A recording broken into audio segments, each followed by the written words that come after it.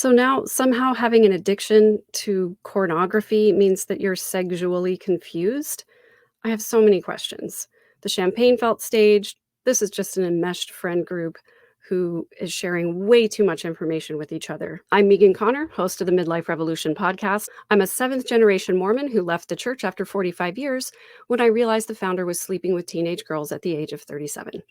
And I'm here to help you understand why Mormons behave the way they do. The Secret Lives of Mormon Wives. I finally educated myself about Mom Talk. I found out who all the characters are, and I watched the first episode. I have a lot of questions, but mostly a lot of comments about this series, Mormonism in general, and I'm here to help you understand how Mormonism fits into this series. I know to most people, this probably seems like just another reality series. The fact that they're Mormons and they're a little spicy sexually means that it's a little scandalous on some levels. Understand really some of the underlying psychology behind this and some of the doctrine that gets taught in the Mormon church and how the Mormon culture plays into what we're seeing play out on this Hulu special. First of all, I really appreciated in the trailer how they talked about it is impossible to follow all the rules. That's definitely how it felt for me during my 45 years in the church. There is a very long checklist of rules that you have to follow. And if you don't follow all of them, you risk not being able to go into the Mormon temple. The Mormon temple is a place where special ordinances are performed like marriages. If you're not allowed to go into the temple, it means potentially you could miss the wedding ceremony of a family member. And that can be really hurtful and harmful to a lot of people. I know for me personally, I had to miss the wedding of all three of my siblings that happened at different times because I had not yet gone into the temple and made those promises to God. And it was really hard for me. We'll come back to the temple in just a second because it's important. I liked also that they said some are more Mormon than others, and some follow the rules more than others do, and there's no judgment, there's no stigma or shame, there's no gender stereotypes. That I'm going to push back on a little bit.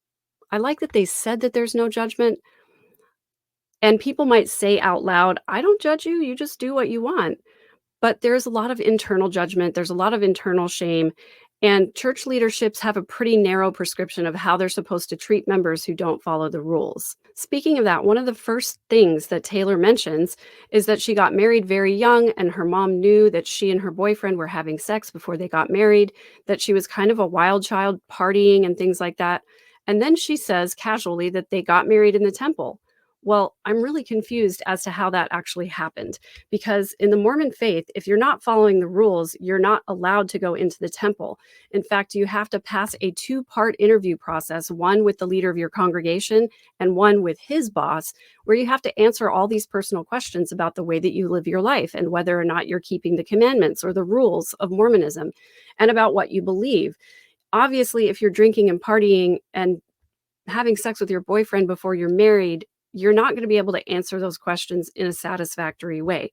Now, that being said, I know lots and lots of people who go into their bishop's interviews and lie because there's so much at stake to get into the temple and to be seen as somebody who's following the rules. Also, if you're a mom who's got a teenage daughter and you know she's messing around and you really want her to get married in the temple, moms could coerce their children into lying for the sake of appearances, because it's a huge shameful thing for a Mormon mom to have a child get married and not be in the temple. If you don't get married in the temple, there's always speculation about what the reason is. Sins were you doing? And this is a lot of what Mormon women talk about all the time at church on Sunday, at social functions. What are your kids doing? Are they going on a mission? Are they going to the temple? People want to know that other people are towing the line in Mormonism, that they're following the prescribed path that they're supposed to go on. And there's a lot of judgment and shame when people don't do those things, even if it's not always spoken out loud. It's kind of like how Mormons say, oh yeah, we welcome the LGBTQ community. They're welcome to welcome them with open arms. We love them so much. But they generally speaking won't let you hold a calling or speak in church. They won't let you go to the temple. They're going to pay lip service to the fact that they want to accept you, but the doctrine and the rules literally mean that they can't. While we're on the subject of talking about Mormon moms, I want to talk about Taylor's mom. This is such an unhealthy relationship. You can hear it in the way that she talks to her daughter, and probably the way she talks about her to other people too. One stunning moment, Taylor's mom said, "You are doing everything to this family." She also called her daughter stupid and generally It's very obvious that her mom doesn't accept her as a person, doesn't accept her lifestyle, doesn't accept her choices, doesn't accept her boyfriend, generally doesn't approve of her at all. And it's no wonder that Taylor's gotten to this point in her young life where she's kind of acting out and behaving in a wild way, because it's clear she's trying to find a way to be acceptable to her mother, but it's very clear that she hasn't achieved that yet. The way that our mothers speak to us and speak about us becomes our inner dialogue. It becomes that little voice that we hear when we mess up or when we do something good. Either your mom is a great cheerleader and a supporter of yours, or she's got really harmful judgments of you. She's your inner critic. There's obviously a spectrum in between there, but it's very clear to see where Taylor's mom lands on this. Now, I'm also a mom of 6 kids. I raised all of my children in the church. I can say I made some of these mistakes as a mom for sure. I definitely started parenting my children the same way that I was parented, which again was a lot of judgment, a lot of shame, and trying to control what my kids did because I felt like their behavior was a reflection on who I was as a parent. Now, luckily, I was able to get out of that when they were fairly young, but there was still a lot of damage that was done to them and to their psyche being raised in the Mormon church. I do my best to tell them now how much I love and accept them exactly as they are. I'm open about the mistakes that I made when I was a Mormon parent, and I just ask them how I can show up for them now, since we can't go back and fix it in the past. Usually, when a mother and a daughter have this kind of relationship, they end up being estranged at some point, at least if the daughter has her own mind. There was a wonderful quote, and I forget who said it, that you start being a good mom when you stop being an obedient daughter. I think that's something that we can all think about, and I really hope that Taylor is able to break away from her mom at some point. I thought it was kind of odd when Whitney and her husband came back into Utah from Hawaii. It seems like the timing is a little suspect. It seems like their first sip of champagne was pretty staged. It felt like that's probably a normal reaction for a lot of people trying alcohol for the first time, but it felt really over the top. A product of this being a reality show, I think a lot of it is scripted and a lot of it is staged. So for those of you out there who are enraged by this fact, well, just remind yourself it's a reality show, but that doesn't mean it's real. They literally have writers. Everything is set up in a particular way, which is why they ended the episode with an arrest, even though the timing of that wasn't exactly the same as everything else that was going on in the episode. I found it odd that the confession about Taylor's husband being on Tinder was an outgrowth of a discussion about a pornography addiction. Now, you're going to hear these two words together a lot in the Mormon faith. Again, I mentioned in my little trailer that it's something Mormons are obsessed with. Mormons believe that it is wrong to look at pornography in any form whatsoever. And there's a general belief among the culture of the church that if you look at porn even one time, that's an addiction. If you're not convinced of this, you can go back and look at some of the footage from when Jody Hildebrandt, a famous Mormon therapist, was being arrested, and lots of her videos got out there online. She talks about the fact that if he looks at explicit material even one time, that he has an addiction, he has a problem. She was famous for pulling couples apart for this reason and isolating the woman from the man and making the man feel like he was an addict. Other unseemly words that I'm not going to mention on this platform. Jody Hildebrandt was actually instrumental in developing the program that Mormons use right now to recover from addictions. Most of the people who've been through this addiction recovery program have been recommended to it by their bishops because they were struggling, because they were looking at inappropriate images too often. And when is too often? Well, if it's more than your mom, it's too often. If it's less than your mom, it's not often enough. Sorry, that's an old joke about bowel movements from the 60s. I remember at one point being told as a Mormon mom that I shouldn't ask my sons if they had looked at inappropriate materials. I was told that I should ask them when was the last time. This tells me that it's actually perfectly normal developmentally for boys to run into these images and to consider them as sexual. But since Mormons are counseled that they're not allowed to self-pleasure at all in any form, in any way, at any time, not even after they're married, I think this is why there's such a stigma around what people consider to be inappropriate images. Now, I will agree. If you're doing any of that to a large extent and it's interfering with your normal life, obviously that's a problem. But I don't think there is such a thing as an addiction to that behavior. What do you think? Let me know in the comments. One of my family members got shamed into going into the addiction recovery program, and I can guarantee you that what they were being told was not accurate on a diagnostic level for mental health. When there are mental health issues among people in the church, and there are, we know this because the incidences of self-reported depression and anxiety are higher in Utah than anywhere else. Also, one of the leading purveyors of inappropriate images actually had to shut down their access in the state of Utah because it was becoming such a problem with all of the backlash from the leadership of the church.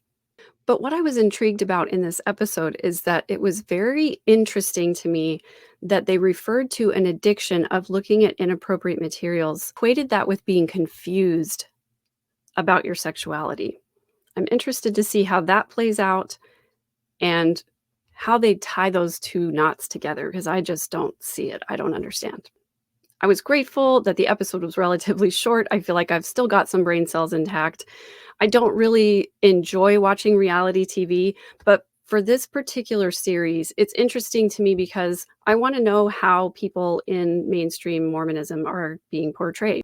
I can definitely tell you that living in Utah is much different than being a Mormon outside of Utah. These kinds of things, like Mormons who swear and drink and do things with each other's spouses, never occurred where I grew up in Mormonism and all of the places that I live. In fact, after being on Mom Talk and seeing some of their outfits, I would have gotten in huge amounts of trouble if I had worn clothes like that when I was a teenager or a young adult. Nobody in my congregation dressed that way. And even now, I doubt you would see any of those kinds of outfits on a Sunday. For those people who are faithful LDS members and they're sort of outcrying that this is not my Mormon church, this is not how I do Mormonism, this is not what real Mormons are like. Well, apparently it is, because these girls all identify as Mormon on some level, even though some of them have a different activity level and a different belief level than the others. They're telling us outright that they're members of the Church of Jesus Christ of Latter-day Saints. Now, the LDS Church did release a statement before the show came out, talking about how they feel about reality TV, which I'll read and dissect another time. Also coming up, I want to talk about these gender stereotypes. One of the things that gets said in the beginning of the episode is that there's no stigma of the gender stereotypes, but all of these ladies are stay-at-home moms. Some of them might have side gigs, and arguably they're all earning money on TikTok, obviously. The expectations we were raised with as women in the Mormon church are very clear. They're set down by something called the family, a proclamation to the world. This declaration came out around 2007, 2008, right when same-sex marriage was being talked about a lot in politics, right when the LDS Church was supporting Prop 8 in California, where they tried to make sure that the definition of marriage didn't change. I was a faithful believing member at the time, and we got a lot of propaganda from the church leadership saying that they were worried that if same-sex marriage was legalized, that they would be forced to perform these ceremonies in their temples. And that's not really what it was about at all. I don't think the Mormon leadership was in any danger of being forced to perform same-sex marriages in the temples, but the Mormon church has been told what to do by the government before. Back when polygamy was being practiced in the Utah Territory, the military had to come in, they rounded up a bunch of people and arrested them. My great-grandfather, actually third great-grandfather, was one of those men that served time in prison for polygamy. So the church basically got told they had to stop it or they wouldn't be able to become a state. Even though the state of Utah is so predominantly Mormon that it's hard to find political candidates who are not Mormon, so therefore Utah is basically a theocracy. The church is so wealthy and so powerful that it does a lot to control what goes on in the state, and they want to be in charge. The bottom line is they don't want to be told what to do. And so they're very careful and strategic about the way that they handle these types of things. What's interesting and also very troubling to me personally, the church came out and denounced this reality TV series that arguably is not really physically harming anyone.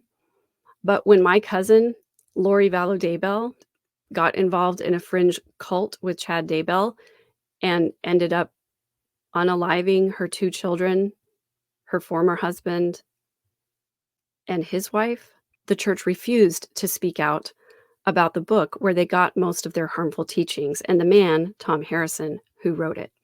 I'm interested to hear your comments. If you think that I'm accurate about the things that are being portrayed in this series, please subscribe to the channel. If you want to hear more content, please like this episode and share it with your friends.